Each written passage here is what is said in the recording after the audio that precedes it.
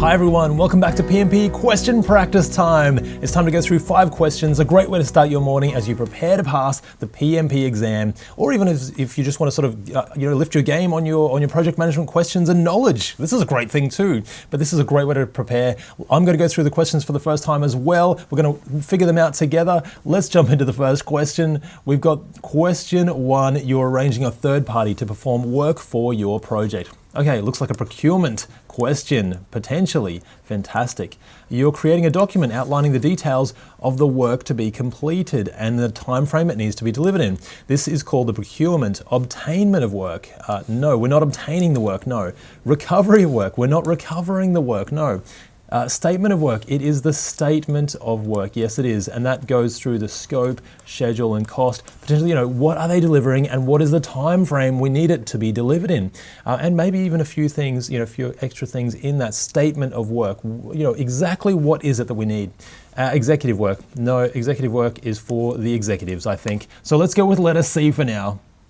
Answer C. The procurement statement of work is a document detailing the procurements needed with sufficient details in scope, time, and quality requirements. That's exactly what we're after. It makes it nice and clear and everyone is on the same page, and that is what we want. How did you go? Let's go with question 2.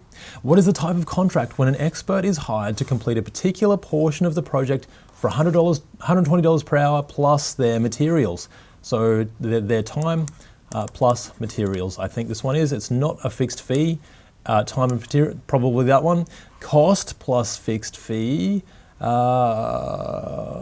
not really their cost because they will have, that's a separate deal. All of that is their cost really, all of those things. Cost plus incentive fee. No, we're not giving them an incentive for finishing early or for doing a better job or that sort of thing. I think we're going to go with letter B for this one. Answer B, fantastic. In a time and materials arrangement, you pay the vendor or third party for the time in the form of an hourly rate and or material and is agreed upon at the start of the work, and that's what we want. How did you go? Let's look at question 3. You're a project manager working on a telecommunications project where a portion of the work has been completed by a vendor outside your project. Procurement, again, a lot of procurement questions this time, which is really nice. Nice change for us. This is, what is it called when your team makes a review of the procurement process? Okay, so hang on a minute. We're not reviewing the items that they're delivering, we're reviewing the process that they're going through. Okay, this is very different actually. So audits, it's probably going to be that one actually. Let's have a look. Inspections. Inspections is when we're validating, when we're looking at the product itself. So that's for the product. I don't think that is really applicable here. Quality check, a similar deal, and a review probably not as well. So an audit is when we actually look at the process. So we look at the process behind things. What is the process of creating it? Are we putting the right governance in place? Do we have the right documents according to the way that we need to work? So for this one, let's go with letter A.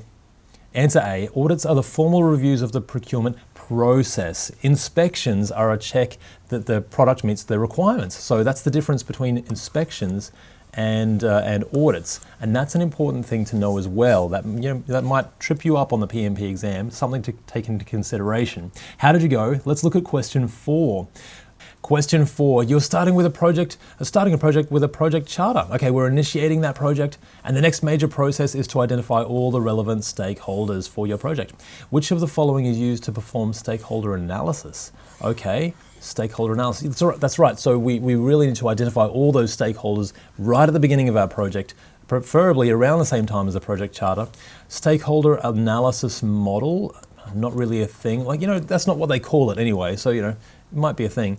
Maslow's hierarchy of needs, no, that's more for team building and that sort of thing, or motivation. Salience model, oh yes, that rings a bell. SWOT analysis. So it's definitely not SWOT analysis. It's not any of these other ones. The salience model is one of those power and influence, but what is it? It's 3 things: power, legitimacy, and urgency, I think. So it's out of that. So let's go with the letter C for now and see how we go. Okay, answer C. The salience model is the classification model used to perform a stakeholder analysis. So see where everyone fits. It's actually like what you'd call a 3D model because it has three things that we're looking at instead of just two. And it ranks stakeholders on power, legitimacy, and their urgency as well. How did you go? Let's look at the last question now. Question 5. You're working as a project manager in the health sector where a stakeholder analysis raises a raises a proposal for a modification to the scope of the project. Now anyone can raise a change request. So this is a really good thing. In your project, any stakeholder of your project, of course, what should you tell them to do? So they raise a proposal for modification to the scope. It's a change in our scope that needs to go through the proper change control process, potentially through to the sponsor, definitely through to the sponsor, or potentially through to the Change Control Board or CCB. So let's see what we've got. It's not an issue because it's not a gap, it's not something that's gone wrong. It's not a gap in our cost or our schedule or that sort of thing. It's not that.